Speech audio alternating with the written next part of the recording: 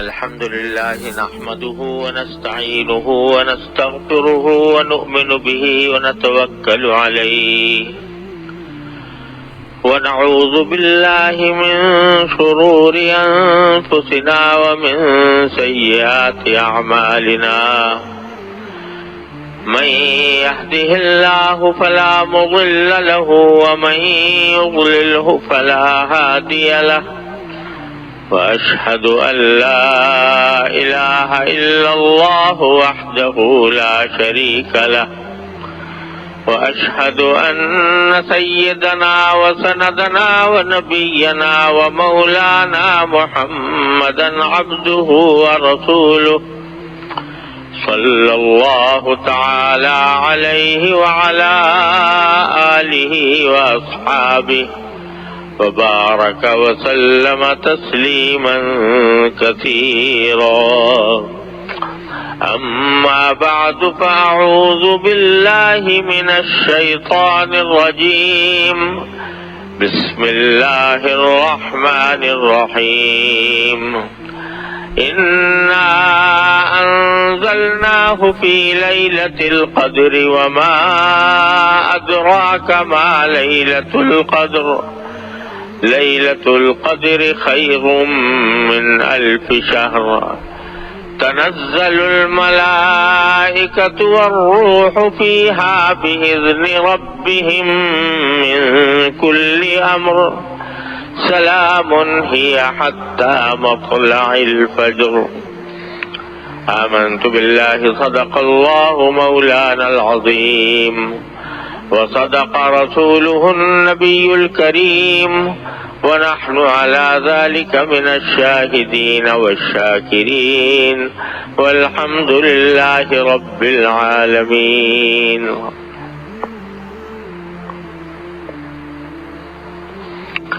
بزرگان محترم اور برادران عزیز، السلام علیکم ورحمۃ اللہ وبرکاتہ.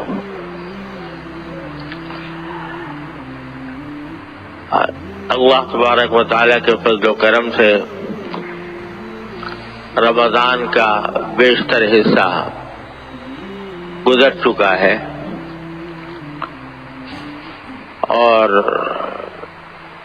رمضان کا آخری عشرہ اب شروع ہونے والا ہے.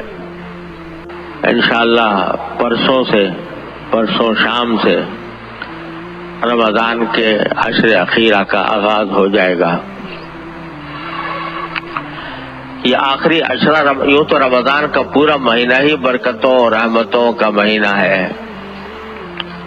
اللہ تبارک و تعالیٰ کی طرف سے خصوصی انعامات کی بارش ہوتی ہے اپنے بندوں پر اور اس کی رحمت کی گھٹائیں جھوم جھوم کر برستی ہیں. لیکن آخری عشرہ یہ پورے رمضان کا عطر، اس کا نچوڑ، خلاصہ، یہ آخری عشرہ، آخری 10 دن یا 9 دن جتنے بھی نصیب ہو. جیسا میں پہلے بھی بار بار عرض کر چکا ہوں کہ دن تو ظاہری دیکھنے میں سب برابر، راتیں دیکھنے میں سب برابر. سورج اس میں بھی نکلتا ہے، اس میں بھی غروب ہوتا ہے، اندھیرا اس میں بھی ہوتا ہے، اس میں بھی ہوتا ہے. لیکن کسی خاص دن یا کسی خاص رات کو جب اللہ تبارک و تعالیٰ اپنے فضل و کرم سے یہ فرما دیتے ہیں کہ یہ میری ہے، یہ میری ہے، میرے رحمت کی ہے، میرے انعامات کی ہے، تو وہ رات اور وہ دن دوسرے دنوں اور راتوں پر سبقت لے کر خدا جانے کہاں سے کہاں پہنچ جاتے ہیں. تو یہ 10 دن جو آنے والے ہیں اور خاص طور سے اس کی 10 راتیں، یہ پورے رمضان کا عطر ہیں.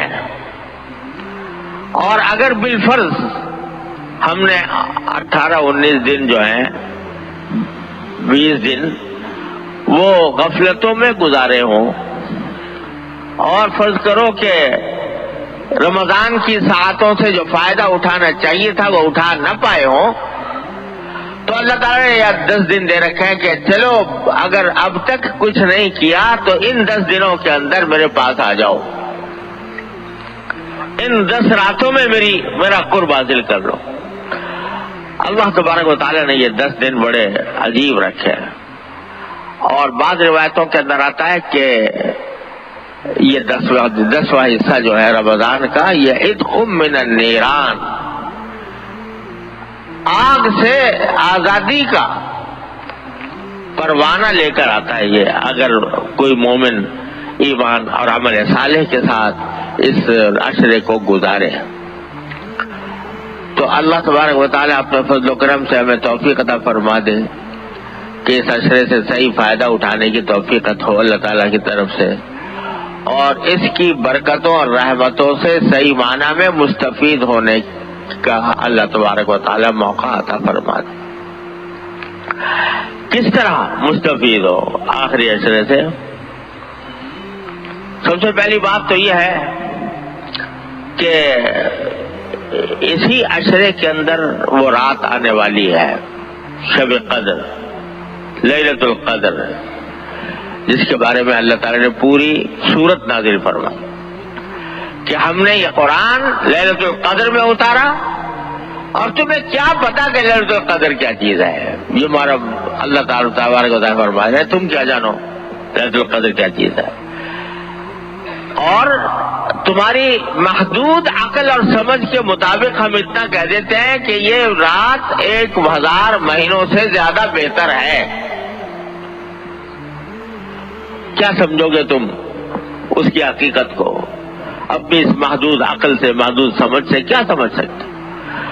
لہذا تمہاری سمجھ میں لانے کا ایک جو آسان تمہاری سمجھ میں آ جائے اتنا بتا دیتے ہیں کہ 1000 مہینے سے بہتر ہے، 1000 مہینے سے بھی بہتر۔ اور عربی میں جو لفظ استعمال فرمایا خیر، وہ معمولی بہتر کے لیے نہیں آتا، یعنی جیسے 19-20 کا فرق ہو، 20-21 کا فرق ہو، اس کے لیے نہیں کہتے خیر، بہت زیادہ، جب ایک چیز دوسری چیز سے بہت بہتر ہو تب کہتے ہیں خیر۔ تو خیر من الف شہر کے معنی 1000 مہینے سے بھی بہت بہتر۔ کتنی بہتر؟ کتنی بہتر تم سمجھ ہی نہیں سکتے، لہذا تمہاری محدود عقل کے مطابق اتنا کہہ دیا ہم نے کہ 1000 مہینے سے بہتر ہے۔ وہ کتنی بہتر ہے تمہاری عقل میں پوری طرح آ نہیں سکتا۔ ارے بھائی، اس اللہ جل جلالہ کی عطا کی، اس کی نعمتوں کی آدمی اگر گنتی کرنا چاہے تو گنتی نہیں کر سکتا، گنتی ختم ہو جاتی ہے، اور گنتی کرنے کے جو مصنوعی طریقے ایجاد ہوئے ہیں وہ بھی ختم ہو جاتے ہیں، اتنے زیادہ ہے لیلۃ القدر۔ اللہ اکبر کبیرہ۔ تو جب نبی کریم صلی اللہ علیہ وسلم کو یہ بتایا گیا کہ لیلۃ القدر اتنی عظیم الشان رات ہے، تو اب دیکھیے رسول کریم صلی اللہ علیہ وسلم نے شروع میں یہ نہیں بتایا گیا تھا کہ کس وقت ہوگی، بلکہ یہ بھی نہیں بتایا گیا تھا کون سے عشرے میں ہوگی۔ رسول کریم صلی اللہ علیہ وسلم نے شروع میں پورے مہینے کا اعتکاف فرمایا، پتہ نہیں تھا نا کہ کون سی رات شب قدر ہوگی، تو مہینے کے کسی بھی دن میں ہو سکتی ہے، تو آپ نے پورے مہینے کا اعتکاف فرمایا کہ بہرحال کسی نہ کسی رات میں تو ہے، تو وہ رات اگر اعتکاف کی حالت میں گزر جائے گی تو انشاءاللہ اس میں عبادت میرے نام اعمال میں لکھی جائے گی۔ ایک عشرہ گزرا، دوسرا عشرہ گزرا، تو دوسرے عشرے کے وقت میں جب دوسرا عشرہ آیا، یعنی 10ویں تاریخ سے کی رات سے اور 19-20 کی صبح تک، تو 20 کی صبح کو عشرہ ختم ہو رہا تھا، تو بعض صحابہ کرام نے اپنا جو سامان تھا اعتکاف کا وہ گھر لے گئے، بھیج دیا کہ آج شام سے اٹھیں گے اعتکاف سے، کیونکہ ہر 10 دن کا اعتکاف کی نیت کی تھی۔ اٹھ رہے تھے، اچانک رسول کریم صلی اللہ علیہ وسلم نے اعلان فرمایا کہ دیکھو جن لوگوں نے میرے ساتھ اعتکاف کیا ہے 20 تاریخ تک کا، اور انہوں نے سامان بھیج دیا اپنا گھر واپسی کے لیے، میں کہتا ہوں واپس آ جائیں، اور جو اگلے 10 دن بھی اعتکاف کرے میرے ساتھ۔ اور وجہ یہ بتائی کہ اب مجھے اللہ تبارک و تعالیٰ کی طرف سے بتایا گیا ہے کہ لیلۃ القدر آخری عشرے میں ہوگی۔ پہلے یہ بات نہیں بتائی گئی تھی، اس واسطے اعتکاف دوسرے عشرے کا دن بھی چل رہا تھا، اور صحابہ کرام نے ختم بھی کر دیا تھا، 20 تاریخ کو اپنے سامان بھیج دیا تھا کہ گھر جائے۔ لیکن آپ نے اعلان فرما دیا کہ جن لوگوں نے میرے ساتھ اعتکاف کیا تھا لیلۃ القدر کی تلاش میں، اب وہ واپس آ جائیں، اور اب مجھے بتایا گیا ہے کہ عشرہ اخیرہ میں ہوگی۔ چنانچہ پھر صحابہ کرام آ گئے، اور پھر آپ نے اعتکاف کیا۔ پھر آئندہ سال سے ہر سال آخری عشرے میں اعتکاف فرماتے رہے۔ لیکن یہ بتا دیا اس سے کہ دیکھو لیلۃ القدر اتنی بڑی چیز ہے، اتنی بڑی چیز ہے کہ سید الاولین والآخرین صلی اللہ علیہ وسلم، جن کے بارے میں اعلان کر دیا اللہ تعالیٰ نے کہ اول تو آپ معصوم ہیں، کوئی غلطی ہو نہیں سکتی، اور اگر ہو بھی کوئی بھول چوک تو سب معاف ہے آپ کی، اگلی پچھلی۔ وہ بھی لیلۃ القدر کو حاصل کرنے کے لیے پورے مہینے کا اعتکاف کر رہے ہیں۔ تو یہ اہمیت بندوں کے سامنے بتا دی اللہ تعالیٰ نے اس طریقے کے تحت کہ دیکھو جب سید الاولین والآخرین صلی اللہ علیہ وسلم اپنے آپ کو اس لیلۃ القدر کا ضرورت مند سمجھتے ہیں، تو ہم اور تم کس شمار کے دار میں؟ تو اتنی عظیم عظمت۔ پھر اور ایک قصہ کہ یہ تو بتا دیا گیا کہ آخری عشرے میں ہوگی۔ پھر ایک مرحلہ ایسا آیا کہ ایک معین تاریخ بھی بتا دی گئی کہ فلاں تاریخ میں ہوگی۔ تو آسان ہو گیا معاملہ، 10 راتوں کے بجائے ایک رات متعین ہو گئی، فلاں رات میں شب قدر ہوگی۔ لیکن رسول کریم صلی اللہ علیہ وسلم فرماتے ہیں، یہ بھی اللہ تعالیٰ کی حکمت تھی کہ فرماتے ہیں کہ مجھے بتا دیا گیا تھا، میں بتانے کے لیے تم لوگوں کو آنا چاہ رہا تھا، بتانا چاہ رہا تھا کہ کون سی رات شب قدر ہے، لیکن میں دیکھا کہ 2 آدمی آپس میں جھگڑا کر رہے ہیں، لڑ رہے ہیں۔ تو اس لڑائی کی بے برکتی سے وہ میرے ذہن سے نکل گئی، کون سی رات مجھے بلا دی گئی۔ اب یہ عجیب معاملہ، ایک طرف بتایا بھی گیا اور پھر بلا بھی دیا گیا۔ بتا دیا گیا پہلے کہ فلاں رات ہوگی، لیکن بعد میں بلا دیا گیا۔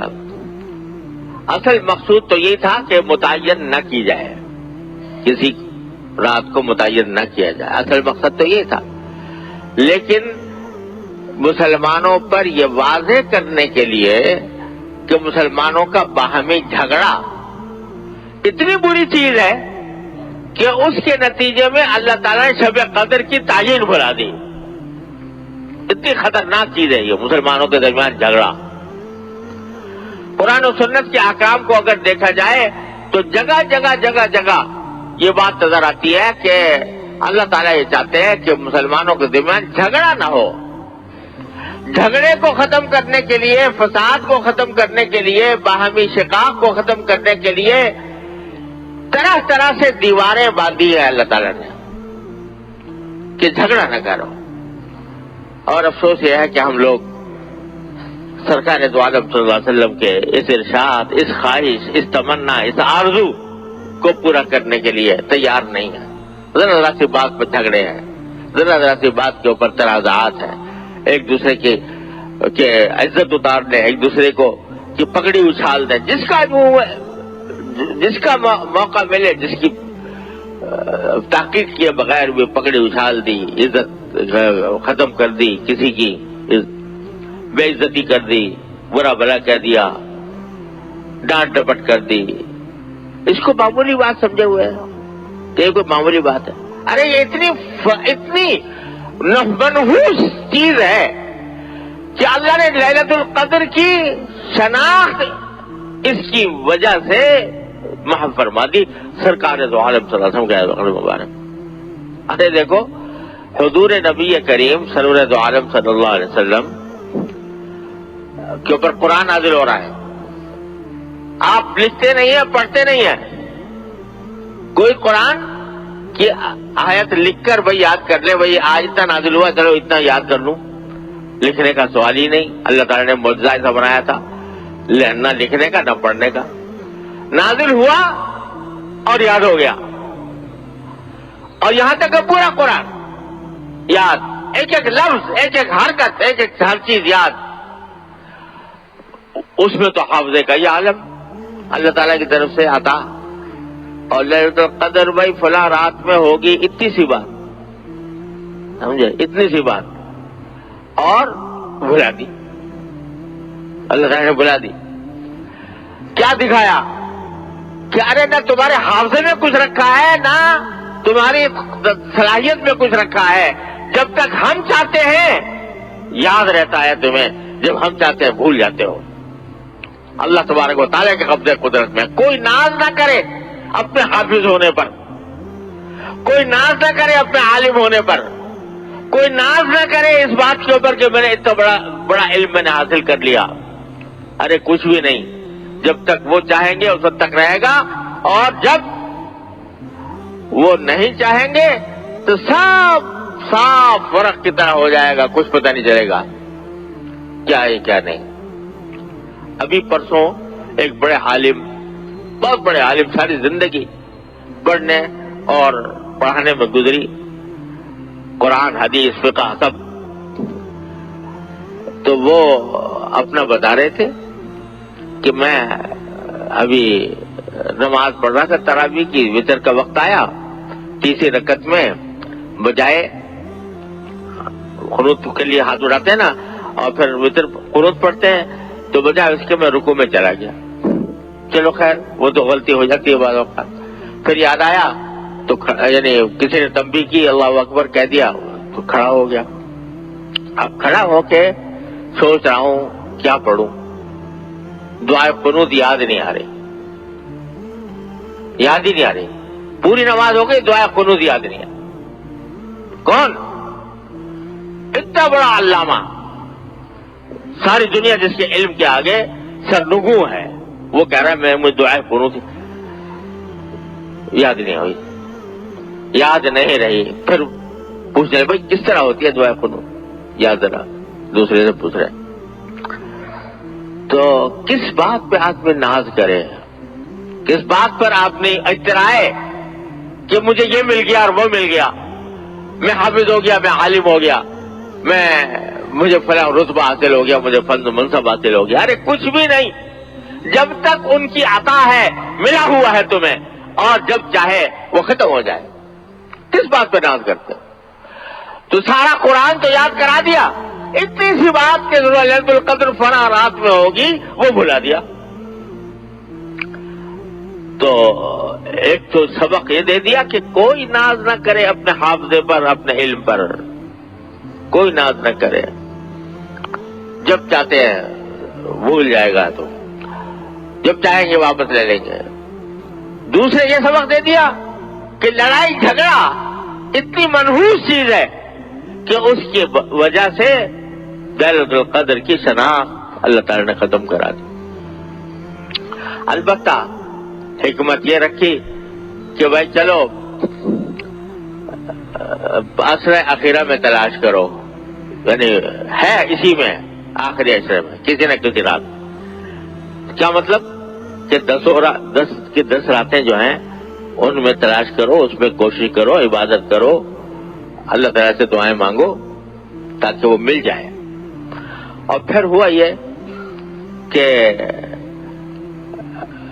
10 راتوں میں بھی کون سی رات ہے، تو متعدد صحابہ کرام کو خواب میں بتایا گیا۔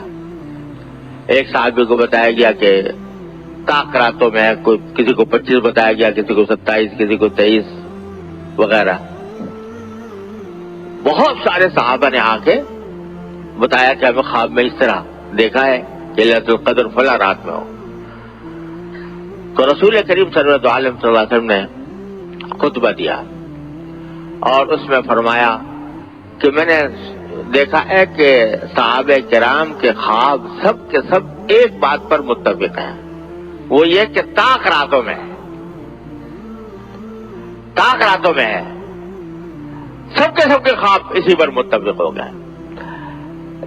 اور مجھے بھی اللہ تبارک و تعالیٰ نے یہ علم عطا فرما دیا کہ طاق راتوں میں، لہذا اب تم طاق راتوں میں شمار کرو، وہ تلاش کرو، 21، 25، 23، 25، 27، 29 اس میں تلاش کرو.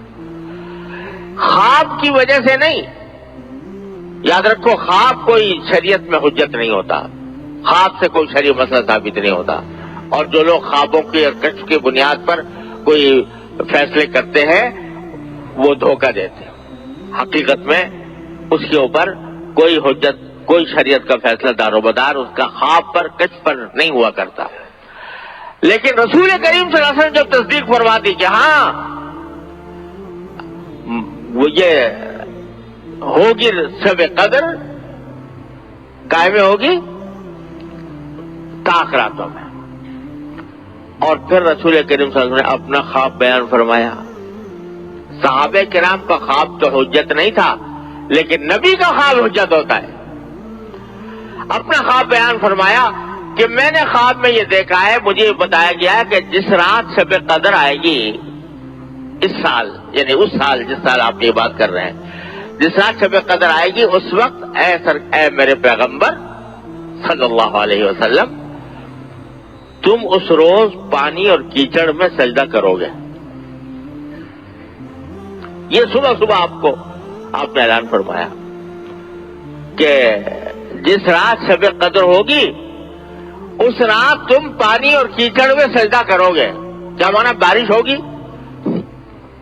کیچڑ ہو جائے گا مسجد کے اندر اور تم اس میں سجدہ کر رہے ہوگے. یہ صبح کا وقت ہے 20 تاریخ کا، 20ویں رمضان کا. اس وقت آپ نے اعلان فرمایا. صحابہ کرام فرماتے ہیں پورا آسمان صاف پڑا ہوا تھا، کوئی بدلی کا ٹکڑا بھی نہیں تھا. شام کو جب وقت شام کا آتے چاروں طرف سے گھٹائیں امڑی، بارش برسی، یہاں تک کہ مسجد نبوی کا فرش جو ہے وہ اس میں گیلا ہو گیا. نبی کریم صلی اللہ علیہ وسلم نے جب نماز پڑھائی، آپ نے پیشانی مبارک زمین پر رکھی تو پیشانی مبارک پر پانی اور کیچڑ کے آثار نظر آ رہے تھے. اور یہ جو فرمایا گیا تھا کہ تم پانی اور کیچڑ میں سجدہ کرو گے، وہ رات میں یہ منظر نظر آ گیا. پتہ چل گیا کہ یہی رات شب قدر تھی. وہ تھی 21ویں شب کو یہ واقعہ ہوا. پھر اس کے بعد رسول کریم صلی اللہ علیہ وسلم نے مختلف راتوں سے مختلف احادیث مروی ہیں، لیکن ساری روایات کو مد نظر رکھ کر بزرگوں نے جس بات کو صحیح قرار دیا ہے، راجح قرار دیا ہے، وہ یہی ہے کہ کسی ایک رات میں متعین نہیں ہے. کبھی 21 میں ہوگی، کبھی 23 میں ہوگی، کبھی 25 میں ہوگی، کبھی 27 میں ہوگی، کبھی 29 میں ہوگی. کسی سال کسی رات میں، کسی سال کسی رات. تو بھائی یہ اللہ تعالیٰ کی نعمت آنے والی ہے، اس کو فضول ضائع کرنے سے بچانے کی ضرورت ہے. کیا کریں اس میں؟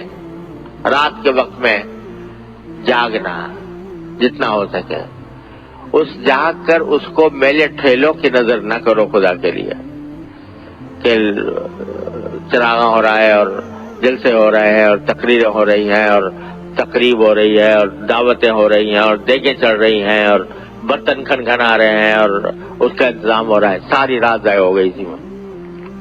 ارے بھائی یہ اللہ تعالیٰ کی نعمت ہے. یہ ایسی رات ہے کہ اس میں بندہ ہو، اس کا اللہ ہو، بس کوئی تیسرا حائل نہ ہو بیچ میں. بندہ اور اس کا اللہ، بس آپس میں براہ راست رابطہ قائم کرو. کس طرح کرو؟ کہ نفلیں پڑھو، سجدے لمبے لمبے کرو، قیام لمبا کرے، جتنی اگر لمبی صورتیں یاد ہے لمبی صورتوں والی نماز پڑھو، اور لمبے قیام، لمبے رکوع، لمبے سجدے. اور اس سجدے میں جو نفلوں کے سجدے ہوتے ہیں اس میں جتنی چاہو دعائیں کرو، عربی والی دعائیں جو قرآن کی دعائیں ہیں یا نبی کریم صلی اللہ علیہ وسلم کی جو دعائیں مناجات مقبول وغیرہ میں لکھی ہوئی ہیں وہ جتنی یاد ہو وہ پڑھو، اور کچھ نہیں، جتنی بھی یاد ہو، جو بھی یاد ہو، جو دعا یاد ہو۔ سجدے کی حالت میں، نفلوں کے سجدے کی حالت میں جو دعا کی جاتی ہے بڑی اللہ کے ہاں سیدھی پہنچتی ہے، کیونکہ سجدے سے بہتر کوئی وقت نہیں ہے جس میں بندہ اپنے اللہ کا قرب حاصل کر رہا ہو۔ سب سے زیادہ قرب بندے کو سجدے کی حالت میں ہوتا، تو اس وقت میں جو مانگو گے قریب ہو کے وہ انشاءاللہ اللہ تعالیٰ کے ہاں پڑھے۔ اور قرآنی دعائیں ہیں، لوگوں کو کچھ، ہر مسلمان کو کچھ نہ کچھ یاد ہوتی ہیں، ربنا آتنا فی الدنیا حسنہ، اور کچھ نہیں تو، اور رب اغفر وارحم وانت خیر الراحمین وغیرہ وغیرہ، تو وہ دعائیں بھی کرتے رہو۔ لمبے قیام، لمبے رکوع، لمبے سجدے جتنے بھی ہو گئے، اور جتنی نفلیں زیادہ، سب سے افضل کام تو یہ ہے نفلیں پڑھنا، اور اگر چاہو تو تلاوت، قرآن کریم کی تلاوت، کیونکہ لمبا قیام نہیں کیا جا رہا، زیادہ لمبی صورتیں یاد نہیں ہے، حفظ نہیں ہے، تو لمبا قیام کیسے کریں؟ تو جتنا قیام اور رکوع سجدہ کر لو، اس کے بعد پھر قرآن کریم کی تلاوت، اس میں لگو وقت۔ سارے ذکر اذکار میں سب سے زیادہ افضل ذکر قرآن کریم کی تلاوت، اس سے زیادہ افضل کچھ نہیں۔ ایک ایک حرف پر 10 نیکیاں، ایک ایک حرف کی تلاوت پر 10 نیکیاں، اور رمضان میں 70 بڑھا دو اس کو تو کتنی؟ 700 ہو گئی، اور پھر شب قدر میں اللہ اکبر، اس کی کوئی حساب ہی نہیں، کوئی گنتی ہی نہیں، خیر من الف شہر۔ تو اس واسطے تلاوت جتنی ہو سکے وہ کرو، اور تیسرا کام یہ بھائی دعائیں مانگو، دعا مانگو، اپنے پروردگار سے لپٹ جاؤ، لپٹ کے دعائیں مانگو، مچل کے مانگو، ہر حاجت اپنی اللہ کے سامنے پیش کرو، اور وہ کریم کی بارگاہ ایسی ہے کہ ہر مانگنے پر، ہر دعا پر بھی تمہارے لیے نیکی لکھی جا رہی ہے۔ جو تم مانگ رہے وہ ملے یا نہ ملے، لیکن جو دعا مانگی، ہر دعا عبادت، ہر دعا نیکی، چاہے اپنے دنیاوی مقاصد کے لیے مانگ رہے ہو، یا اللہ مجھے صحت دے دے، یا اللہ میرا قرضہ ادا ہو جائے، یا اللہ میرا مکان بن جائے، یا اللہ مجھے سواری اچھی مل جائے، یا اللہ میری اولاد کو ترقی ہو جائے، یا اللہ مجھے روزگار میں، یہ ساری دعائیں جو کر رہے ہو، ہر دعا عبادت، ہر دعا نیکی، تو دعاؤں کی کثرت۔ اور ہم اور آپ کیا مانگیں گے؟ دعائیں مانگنا بھی نہیں آتا، مانگنا آتا ہے اللہ میاں سے کس طرح مانگنا چاہیے، مانگنا بھی نہیں آتا، وہ مانگنا بھی سکھا گئے نبی کریم سرور عالم صلی اللہ علیہ وسلم، وہ بھی وہی سکھا گئے۔ تو اس کی آپ کی مانگی ہوئی دعائیں، مناجات مقبول، الحزب العظم، اور پتہ نہیں کتنی کتابیں چھپی ہوئی ہیں جس میں رسول کریم سرور عالم صلی اللہ علیہ وسلم کی مانگی ہوئی دعائیں ہیں۔ وہ ایسی دعائیں ہیں کہ ہمارے آپ کے تصور میں بھی نہیں آ سکتی تھی، جو سرکار دو عالم صلی اللہ علیہ وسلم سکھا گئے۔ دنیا اور آخرت کی کوئی بھلائی ایسی نہیں ہے جو آپ نے مانگ نہ لی ہو، ہمارے تصور میں بھی نہیں آ سکتی تھی، جو سرکار دو عالم صلی اللہ علیہ وسلم نے ہمیں مانگ کے بتا دی۔ یہاں تک مانگ لیا اللہ میں نے، حضور اقدس صلی اللہ علیہ وسلم نے، کہ یا اللہ خشکی میں، سمندر میں آپ کا کوئی بندہ، کوئی بندی جو بھی کوئی دعا مانگ رہا ہو، جو چیز اچھی اس نے مانگی ہو، اے اللہ میں بھی اس کا محتاج ہوں، وہ مجھے بھی دے دے، وہ بھی مجھے دے دے۔ اب سے زیادہ اور کیا مانگے گا کوئی آدمی؟ یہ بھی مانگ کے بتا دیا کہ یا اللہ آپ کے نبی کریم صلی اللہ علیہ وسلم نے جتنی دعائیں مانگی، جتنے کام، جتنی اچھائیاں مانگی، یا اللہ وہ سب میں مجھے دے دے۔ جتنی برائیوں سے نبی کریم صلی اللہ علیہ وسلم نے پناہ مانگی، اے اللہ میں ان سب کی پناہ میں آپ کی پناہ مانگتا ہوں، اس سے وہ دے دے۔ کوئی گوشہ چھوڑا نہیں، دنیا آخرت کی بھلائی کا کوئی گوشہ چھوڑا نہیں جو آپ نے مانگا نہ ہو۔ لہذا وہ دعائیں مانگیں، مناجات مقبول، کے نام سے چھپی ہوئی ہے کتاب، اور حضور اقدس صلی اللہ علیہ وسلم کی مانگی ہوئی دعاؤں کی اور بھی کتابیں ہیں، حزب الاعظم بھی ہے اور پتہ نہیں کیا کیا ہے. تو وہ اس میں یہ 3 کام ہے کرنے کے. اور چلتے پھرتے اٹھتے بیٹھتے بہرحال انسان کی ضرورت ہے، کبھی اٹھتا ہے کبھی بیٹھتا ہے کبھی. تو چلتے پھرتے اٹھتے بیٹھتے کلمہ، تیسرا کلمہ سبحان اللہ والحمد للہ ولا الہ الا اللہ واللہ اکبر وللہ الحمد، یہ کل چلتے پھرتے زبان پہ ہو.